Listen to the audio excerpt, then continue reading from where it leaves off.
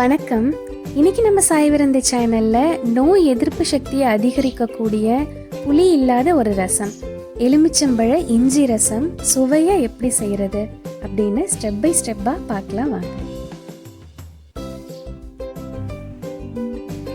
இது செய்யறதுக்கு நான் ஒரு எலுமிச்சம்பழத்தை சாறு எடுத்து வச்சிருக்கேன். நீங்க புளிப்புக்கு தகுந்த மாதிரி எலுமிச்சம்பழம் சேர்த்துக்கோங்க. 2 ஸ்பூன் கரிஞ்சீரக ரசப்பொடி எடுத்திருக்கேன். உங்ககிட்ட எந்த ரசப்பொடி இருந்தாலும் நீங்கள் சேர்த்துக்கலாம்.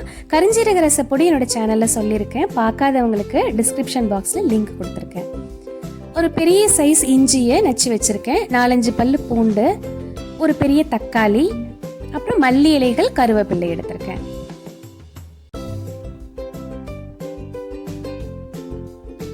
அப்புறம் 1 டீஸ்பூன் மஞ்சள் தூள், கொஞ்சமாக வெல்லம், தாளிக்கிறதுக்கு ஒரு சிவப்பு மிளகாய், கடுகு, கொஞ்சமா பெருங்காயம். வாங்க எப்படி செய்யலாம்னு பார்க்கலாம். நம்ம இதை வதக்கி செய்ய போறோம். அதனால இந்த மாதிரி ஃப்ரைங் பேன் எடுத்துக்கோங்க. நான் மண் சட்டி எடுத்திருக்கேன்.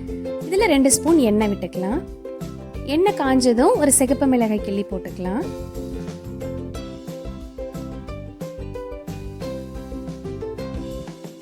இது பொரிஞ்சதும் நம்ம நச்சு வச்சிருக்க பூண்டு பல்லு, அப்புறம் இஞ்சி ரெண்டையும் சேர்த்து வதக்கி எடுத்துக்கலாம்.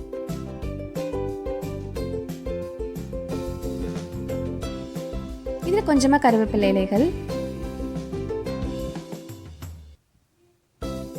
அப்புறம் நம்ம நறுக்கி வச்சிருக்க தக்காளி. தக்காளி நல்லா மசீர வரைக்கும் நல்லா வதக்கி எடுக்கணும். அது மசீரத்துக்காக நீங்க இப்ப எதுவும் உப்பு எதுவும் சேர்த்துற வேண்டாம். ஏன்னா ரசத்துக்கு கடைசியா தான் உப்பு போடணும். அப்பதான் ரசம் நல்ல டேஸ்டா வரும். தக்காளி நல்லா மசிஞ்சிடுச்சு. இப்போ நான் கரிஞ்சீரக ரசப்பொடி சேர்த்துக்கிறேன். ஒரு 1/2 ஸ்பூன் மஞ்சள் தூள். இது ரெண்டையும் சேர்த்து நல்லா வதக்கிக்கலாம். இது எல்லாத்தையும் வதக்கி செய்யுங்க. அப்பதான் எலுமிச்சம்பழ இஞ்சி ரசம் நல்ல டேஸ்டா வரும். உங்ககிட்ட ரசப்பொடியே இல்லை அப்படின்னா 1 ஸ்பூன் மிளகு, 1 ஸ்பூன் சீரகம், கொஞ்சம் பூண்டு பல்லு வச்சு அரைச்சி இதோட சேர்த்துக்கோங்க. தேவையான அளவு தண்ணி விட்டுக்கலாம். உங்களுக்கு எவ்வளோ ரசம் வேணுமோ அதுக்கு தகுந்த மாதிரி தண்ணி வச்சுக்கோங்க.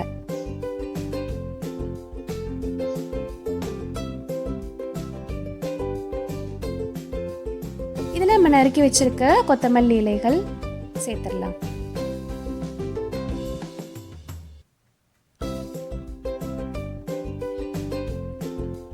கலந்து விட்டுடலாம். இதை ஒரு 5லேருந்து 10 நிமிஷம் நல்லா கொதிக்க வைங்க. ஏன்னா அந்த இஞ்சி சாறு நல்லா இறங்கணும். ரசத்தை ரொம்ப கொதிக்க விடக்கூடாதுன்னு சொல்லுவாங்க. ஒரு 5லேருந்து 10 நிமிஷமாவது கொதிக்க வைங்க. அப்பதான் அந்த இஞ்சி சாறு நல்லா இறங்கும். இதுல நம்ம எடுத்து வச்சிருக்க சின்ன துண்டு வெல்லம் சேர்த்துக்கலாம். இது ரசத்துக்கு கூடுதல் சுவை கொடுக்கும்.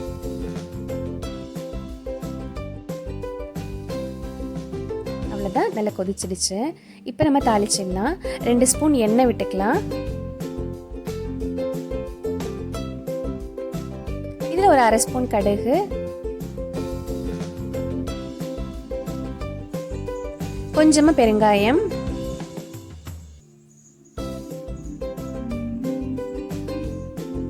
வாசனைக்காக கருவேப்பிலை இலைகள் சேர்த்துக்கலாம். இதை ரசத்துல ஊத்திடலாம். ரசம் நல்லா ஆறுனதுக்கு அப்புறமா தான் நம்ம எலுமிச்சம்பழம் சேர்க்க போறோம். ரசம் சூடா இருக்கும் போது எலுமிச்சம்பழம் சேர்க்கக்கூடாது. இப்போ ஓரளவு ரசம் ஆறிடுச்சு. நான் எலுமிச்சம்பழம் ஜூஸ் சேர்த்துக்கிறேன்.